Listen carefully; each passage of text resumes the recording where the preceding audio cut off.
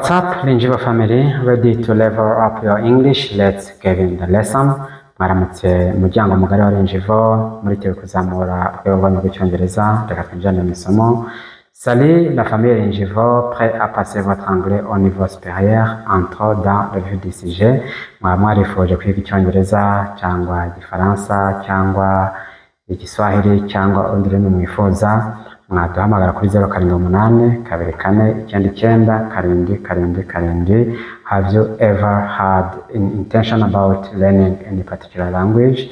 You may just call us at 078-2499-777. Est-ce que vous avez besoin d'apprendre n'importe quelle langue, que ce soit le français, que ce soit l'anglais, que ce soit le kiswahili, que ce soit bien n'importe quelle autre? Vous pouvez nous contacter sur 078 24 99 777. Today, let's have a very interesting, a very fantastic lesson.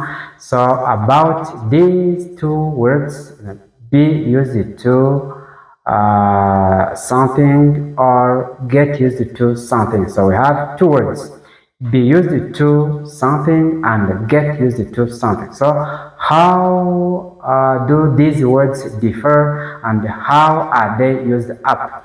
Uyu munsi tugiye kurebera hamwe rero isomo ryiza, isomo ry'ingenzi cyane, n'amagambo akoreshwa. Murabizi ko tuba turi ku cyongereza cyo kuvuga, nkabazanira amagambo asanzwe akoresha mu buzima busanzwe bw'icyongereza, bishobora korohera gukora interuro byiza mu buryo butarohanije, mu buryo bukoroheye. Nibyo turi kurebera hamwe. Uyu munsi tugiye kurebera hamwe rero aya magambo abiri, ijambo ryitwa be used to na get used to. Aya magambo asobanura iki? Aya magambo akoreshwa ati? Nibyo tugiye kurebera hamwe uyu munsi. Donc, j'étais en train de dire que aujourd'hui nous allons voir une leçon. Donc, nous avons une leçon très cruciale. Donc, nous allons toujours apprendre ensemble les deux mots. Donc, le premier c'est be used to. Le deuxième c'est get used to. Donc, voilà ce que l'on va voir. Nous allons voir comment ces deux mots-là se distinguent. Nous allons voir leur propre signification. C'est parti alors. Then we have be used to first. Be used to something. Iyo tuvuze aya magambo be used to something and get used to something. Be used to turikoresha iyo tuvuga kumenyera ikintu cyangwa kumenyera umuntu. En français, c'est de être habitué à quelque chose, bien être habitué à quelqu'un. Donc, je crois que les francophones vont bien comprendre. Quand on dit être habitué de quelque chose, bien être habitué de quelqu'un. C'est be used to. In English, be used to something, être habitué à quelque chose. Be used to someone, être habitué à quelqu'un. Donc, kumenyera ikintu cyangwa kumenyera umuntu. And then get used to. Iyo tuvuze ngo be used to, ikintu usanzwe kimenyereye cyangwa umuntu usanzwe umumenyereye, ni bisanzwe, c'est normal, ni bisanzwe ko umuntu akoze ikintu nta kidasanzwe kirimo, birasanzwe, usanzwe umumenyereye cyangwa ikintu usanzwe kimenyereye. Ariko tuvuze get used to, nibwo uba uri kukimenyera. So the situation is new. Iyo situation iba insha, ntabwo usanzwe ubimenyereye ariko uba uri kugenda ubimenyera. Like nk'ubu wahora utuye nk'ahantu hakonje, noneho ukaza ahantu hashushe, ushobora ngo I'm getting used to the situation. I'm getting used to the place. Ndi kumenyera ahantu, ubwo uri kugenda uhamenyera nonaha. Ntabwo usanzwe uhamenyera, ahubwo nibwo uri kugenda uhamenya. So that's get used to. So let's have these examples. Then we have subject plus be plus used to plus noun or plus verb ing. Turibuze kubibona. Iyo tuvuze be used to something, uhongeraho izina ry'icyo kintu plus noun. Ariko iyo tugiye kongeraho kumenyera gukora ikintu runaka, icyo gihe verb ihita ifata ing form. So we will see that throughout the examples. So, number one we have I am used to the cold weather. Menyereye ahantu hakonje, ou bien je suis habitué au temps froid. Je suis habitué au temps froid. The next, she's used to working late. So that's the example. She's used to working late. Amenyereye gukora kugeza bwije cyangwa amenyereye gukora kugeza nijoro. Bien, elle est habituée à travailler tard. Elle est habituée à travailler tard. So you see, we can't say she's used to work late. We can't say so. Ntabwo ushobora kuvuga ngo she's used to work late. Kubera ko be used to ari expression and to, this to is not infinitive, this to is preposition. Kubera yuko iyi to atari verb, ari preposition, niyo mpamvu verb ikurikiyeho duhita dushyiramo ing form. then she's used to working late, not she's used to work late. So then the best natural way we say she's used to working late, not she's used to work late, and then she's used to working late. Amenye gukora kugeza nijoro. Bien, elle est habituée à travailler tard. Then next, they are used to living in Kigali, cyangwa bamenye kuba Kigali. Bien, ils sont habitués à vivre à, ils sont habitués à vivre à Kigali. So the negative, when we use the negative, we only add not. Examples: I am not used to waking up early. Ntabwo menyere kubyuka kare. Ou bien, je suis pas habitué à me réveiller tôt. Je suis pas habitué à me réveiller tôt.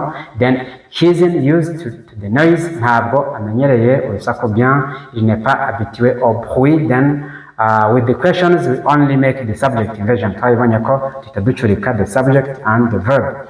Then, examples: Are you used to wake up early?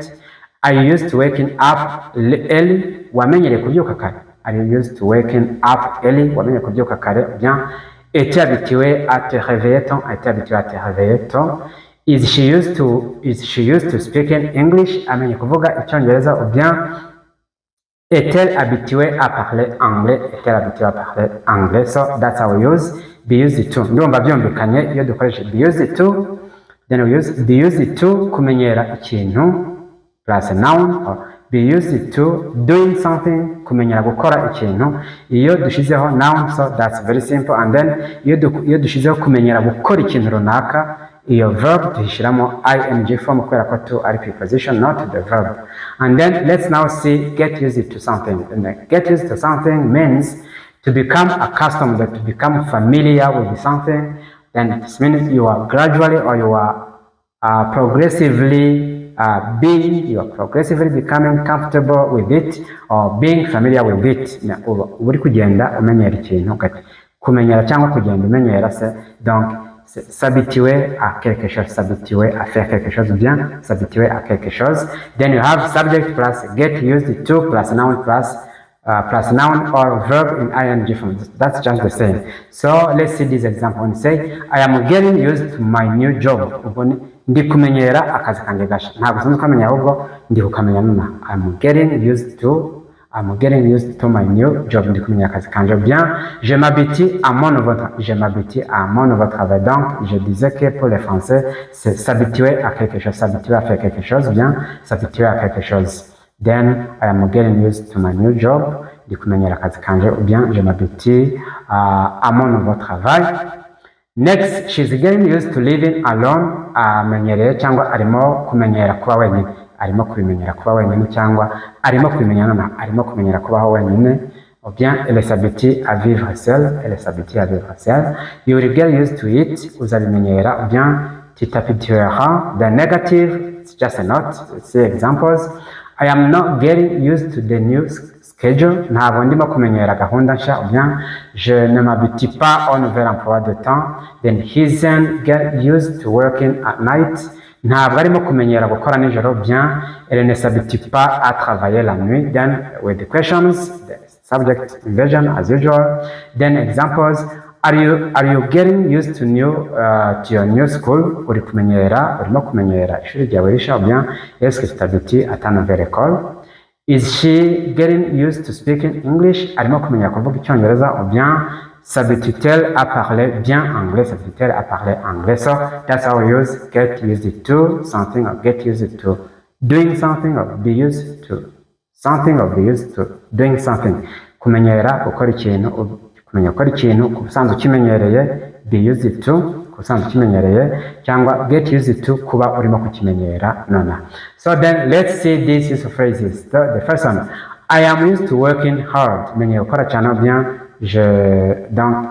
je suis habitué à travailler dur. He's used to waking up early. Amenyere kubyuka kare. Bien, elle est habituée à se réveiller tôt. We are used to speaking English. Tumenyera kuvuga icyongereza. Bien, nous sommes habitués à parler anglais. I am getting used to my new teacher. Ndimo kumenyera umwarimu wanjye mushya. Bien, je m'habitue à mon nouveau professeur. She's getting used to living in Kigali. Arimo kumenyera kuba Kigali. Ou bien, elle s'habitue à vivre à Kigali. You'll get used to the weather. uzamenyera iki rero? Bien, tu t'habitueras au climat. Are you used to speaking English every day? Wamenyeye kuvuga icyongereza buri munsi. Bien, et tu es habitué à parler anglais tous les jours. Are you getting used to your new job? Urimo kumenyera akazi kawe gasha. Bien, est-ce que tu t'habitues à ton nouveau travail? So that's how we use be used to and get used to. I guess this lesson is very important. Iri somo ni ingenzi kumenya koresha be used to, kumenyera ikintu, kuba usanzwe umenyera ikintu cyangwa kuba urimo kumenyera ikintu. Then don't forget to like, share, comment and subscribe.